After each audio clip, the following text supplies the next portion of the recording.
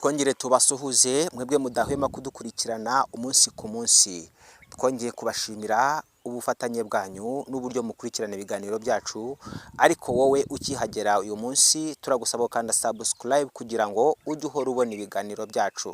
Ntabwo dutinze, reka twanzure nk'uko bisanzwe amakuru y'imikino. Tugiye guhera ku ikipe y'igihugu Amavubi.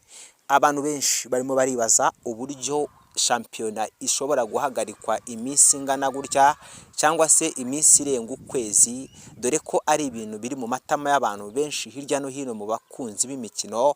Ariko Ferwafa, ishyirahamwe ry'umupira nyarwanda mu Rwanda, ryagize icyo ritangaza rimara impungenge ku bantu bari bafite ibibazo nk'ibyo ngibyo.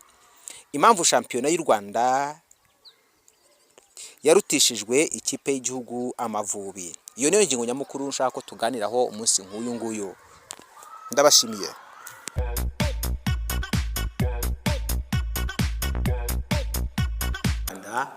Barimo kwibaza isubikwa rya shampiyona aho rigiye kumara iminsi iri hejuru ya 30, ariko twabamaze impungenge ko noneho tubazaniye icyo Ferwafa yabivuzeho.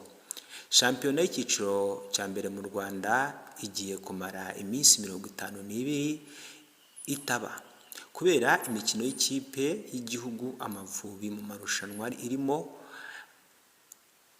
y'amajonjora ya CHAN 2024 na CHAN 2025. Ikipe y'igihugu iri kubarizwa Abidjan muri Cote d'Ivoire, imaze iminsi 10 mu mwiherero wo kwitegura imikino y'umunsi wa gatatu n'uwa kane yo mu itsinda D ryo gushaka itike y'igikombe cy'Afurika cya 2025. U Rwanda ruzabanza kwakirana Benin kuwa gatanu tariki 11 Ukwakira, mu gihe umukino uzakurikiraho uzabera muri stade Amahoro kuwa 15 Ukwakira k'uwo mwaka.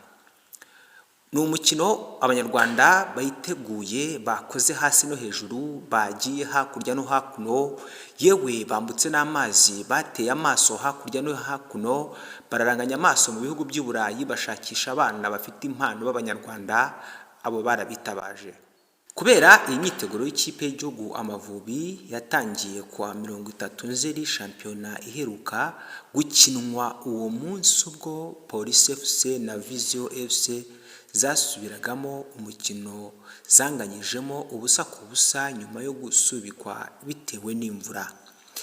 Icyo gihe uwo mukino wa nyuma wahuje Polisi na Vision, ako kanya shampiyona yahise ishyirwaho akadomo, bafata umwanzuro wo kubanza gutegura ikipe y'igihugu Amavubi, dore ko shampiyona nyarwanda ariyo irimo abakinnyi benshi bakina mu ikipe y'igihugu Amavubi. Bityo akaba ariyo mpamvu akenshi umutoza w'igihugu Amavubi yasabye ko yabona abakinnyi kare kugira ngo bazahuze umugambi wo kwegukana intsinzi, dore ko ari gahunda bose biyemeje. Ugiye ubaza umukinnyi ku mukinnyi bagize icyo batangaza, ariko bavuga ko ikibaraje inshinga ari ukujya mu gikombe cya Afurika, dore ko ari ibintu bisa nk'ibyacitse ku Rwanda. Yewe u Rwanda rwabaye nk'urutazigera rugira icyizere cyo gusubirayo, ariko none ubu ngubu barimo baravuga bati twebwe twambariye gutsinda, tuzi neza ko u Rwanda rutera rudaterwa, twifuje no kubasanga hanze tugatsinda. Shampiyona igiye kumara iminsi 52 idakinwa kubera Amavubi. Kuri uyu wa kane tariki ya 10 Ukwakira 2024, urwego rutegura shampiyona y'icyiciro cya mbere mu Rwanda, Rwanda Premier League, rwatangaje ko imikino y'umunsi wa gatandatu yasubitswe. Ibyo bivuze ko iyi shampiyona izasubukurwa hakinwa umunsi wayo wa 9 tariki ya 22 2024 Ugushyingo, kuko umunsi wa 7 n'uwa 8 nayo ihurirana n'imikino y'ikipe y'igihugu Amavubi mu ijonjora rya CHAN 2024 na 2025. Impamvu y'iri subikwa ry'imikino nuko Amavubi agizwe n'abakinnyi bakina imbere mu gihugu. Nyuma y'umukino wa Benin ku munsi wa 15 Ukwakira, azatangira kwitegura Djibouti mu mikino ibiri iteganyijwe tariki ya 25 no 27 ukwakira na tariki ya 2 n'iya 3 Ugushyingo 2024. Kuba umukino wa mbere uzakinwa na Djibouti kandi iki gihugu kikaba kimaze iminsi cyakirira imikino yacyo muri Maroc, aho indege zigera zinyuze i Burayi cyangwa muri Aziya, biri mu byatumye umunsi wa gatandatu wa shampiyona wari uteganyijwe tariki ya 19 na 23 ukwakira usubikwa.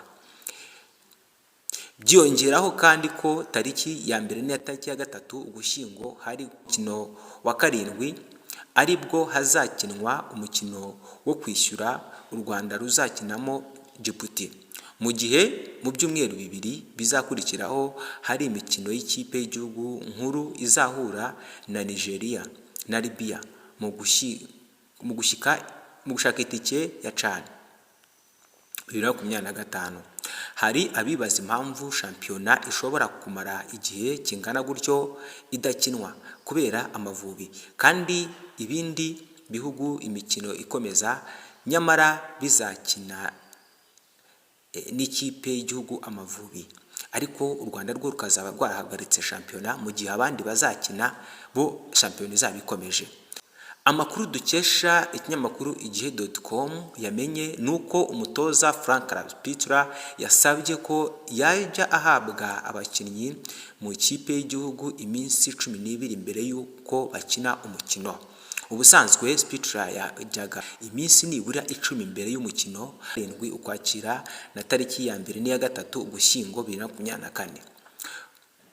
Kuba umukino wa mbere uzakinwa na Djibouti kandi iki gihugu kikaba kimaze iminsi cyakirira imikino yacyo muri Maroc, aho indege zigera zinyuze i Burayi cyangwa muri Aziya, biri mu byatumye umunsi wa gatandatu wa shampiyona wari uteganyijwe tariki ya 19 na 23 ukwakira usubikwa. Byongeraho kandi ko tariki ya 2 n'iya tariki ya 3 Ugushyingo hari gukinwa umukino wa karindwi, aribwo hazakinwa umukino wo kwishyura u Rwanda ruzakinamo Djibouti, mu gihe mu byumweru bibiri bizakurikiraho hari imikino y'ikipe y'igihugu nkuru izahura na Nigeria na Libya 2025. Hari abibaza impamvu shampiyona ishobora kumara igihe kingana gutyo idakinwa kubera amavubi, kandi ibindi bihugu imikino ikomeza, nyamara bizakina n'ikipe y'igihugu amavubi, ariko u Rwanda rwo rukazaba rwarahagaritse shampiyona mu gihe abandi bazakina bo shampiyona izaba ikomeje. Amakuru dukesha ikinyamakuru igihe.com yamenye nuko umutoza Frank Rapitra yasabye ko yajya ahabwa abakinnyi mu kipe y'igihugu iminsi 12 mbere y'uko bakina umukino.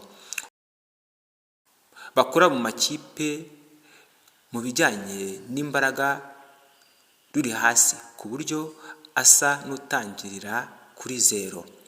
Abakinnyi bo mu Rwanda bakunze gukina umukino umwe mu cyumweru, ndetse bamwe muri bo ntibakunda no gukora imyitozo. Hari n'abayisiba uko biboneye mu makipe yabo. Uyu mutoza w'Umudage yakunze kugaragaza ko umukino wa mbere aheraho abakinnyi bavuye mu makipe yabo adakunze kubona umusaruro mwiza nk'uko bigenda ku mukino wundi ukurikira mu myitozo. U Rwanda rwanganyije na Zimbabwe 0-0, na Botswana 0-0, rutsindwa na Benin 1-0, ndetse runganya na Libya 1-1 mu mikino Spitra yararutojemo akimara kubona abakinnyi kuva mu Gushyingo.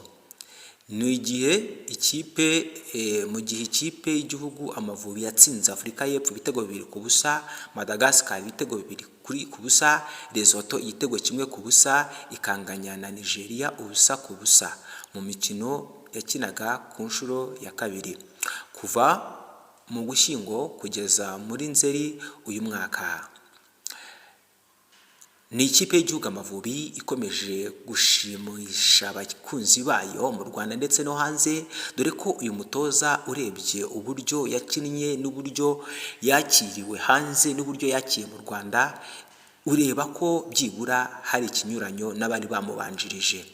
Ni umutoza ufasha u Rwanda, akaba amaze guhanga mu bihugu bitandukanye, ndetse akaba ari umutoza utaratsindwa inshuro ebyiri cyangwa ibitego birenze inshuro zirenze ebyiri. Ni ukuvuga ko uyu mutoza abakinnyi, abafana ndetse n'abayobozi b'igihugu bose bamutezeho amaso, dore ko bamuhaye umwanzuro ko byanga bikunda ikipe y'igihugu igomba kuva kuri step imwe ikajya ku yindi, ngo barambiwe kumva ikipe y'igihugu itashobora kurenga umutaru. Nyuma y'abatoza umunyika n'umunyika batoshe ikipe y'igihugu Amavubi, dore ko bari benshi ariko ntacyo bayigejejeho. Urebye uburyo bagiye batsimburana, umwe yakoraga ibi undi akaza agakora ibye, undi akaza agakora ibye, ariko uyu mutoza si uko bimeze, kubera ko ni umutoza ushyigikiwe n'abakinnyi ndetse n'abanyarwanda muri rusange, kandi ni umutoza wifatamo icyemezo bikarangira ageze ku ntsinzi. Si ubwa mbere shampiyona y'u Rwanda igiye kumara iminsi myinshi idakinwa, kuko hagati ya tariki ya 7 Ugushyingo 2015 n'iya 12 Gashyantare 2016 nabwo yahagaze kubera imikino mpuzamahanga irimo CHAN 2016 yabereye mu Rwanda. Biteganyijwe kandi ko shampiyona y'uyu mwaka w'imikino 2024-2025 ishobora guhagarara mu byumweru 2 bya nyuma by'Ukuboza kubera ijonjora rya kabiri rya CHAN 2024, ndetse n'iminsi mike ya Mutarama ishyira ukwezi kose kwa Gashyantare kuzabamo iri rushanwa, mu gihe u Rwanda rwaba rubonye itike. Ni kipe y'igihugu Amavubi irimo abakinnyi batandukanye, harimo impano nshya, abakinnyi bashyashya bagiye bahamagarwa, hakabamo n'abanyarwanda bashyashya barimo bamwe na bamwe bagiye bahamagarwa bava mu makipe atandukanye, ariko ni abakinnyi bose bafite gahunda yo gutanga ibyo bafite byose kugira ngo babashe kubona umusaruro bifuza. Niyo mpamvu bagize bati dufite umukino kuri tariki 11 kuri wa gatanu, ariko burya gutsinda kuva kuri mwe. Iyo tubonye imbaraga zanyu biduha motivasiyo yo gutsinda, kandi nta kiza kidushimisha nko kubona dukina dushigikiwe n'abanyarwanda. Rero banyarwanda, uko aba bakinnyi bifuza basoje basaba ko bashyigikirwa mu bintu byose, dore ko umutoza Aspitura nawe yasoje avuga ko byanga bikunze agomba gukora iyo bwabaga byibura agaca agahigo katakozwe n'abatoza benshi bamubanjirije. Mbaye mbashimiye, andi makuru y'imikino nakagaruka n'ubutaha. Ngewe wabagezaga aya makuru nitwa Ildefonse Habimana, ndabashimiye kandi ndumwe ubahuza ku mutima, mbifurije kugira ibyiza no kugurwa neza mu byo mugerageza gukora byose. Imana ibarinde. Ciao.